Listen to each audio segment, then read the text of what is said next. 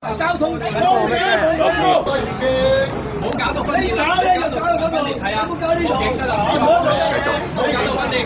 我大家知唔知？搞掂，好勁啦！點解你要鬧人啫？我咪鬧你啊！你鬧人先啊！係咯，人又鬧你，真係我冇好嘈咁啊！走你走啊！你好嘈咁講啊！你冇唔講啊？你唔係得話嘅，你而家見多樣嘢。你有冇讀法律㗎？你唔好同我講呢樣嘢，你真係一火嘅啫，話你聽。唔係，你冇讀法律㗎。一站站你自民條宗，你有手法咩？你有手法？警察嚟捉你，派你有手法咩？你喺度玩㗎，你走。你喺度放冇咩勁啫？冇點都冇用㗎。而家係啲居民唔俾你哋喺度啊嘛，破主啦。係啊，你打入去邊度啊？法咩律啫？講法律你就應該喺度啦。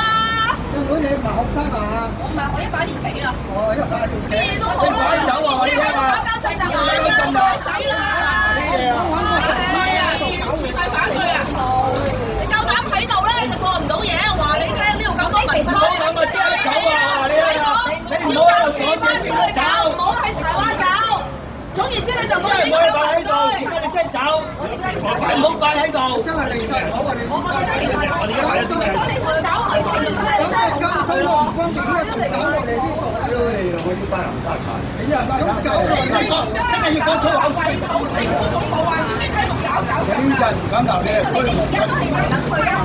你有權就特等神嘅。我真係老婆見大家咁勞嘈，哎唔好嘈。你先你講。你走啊走啊走啊走！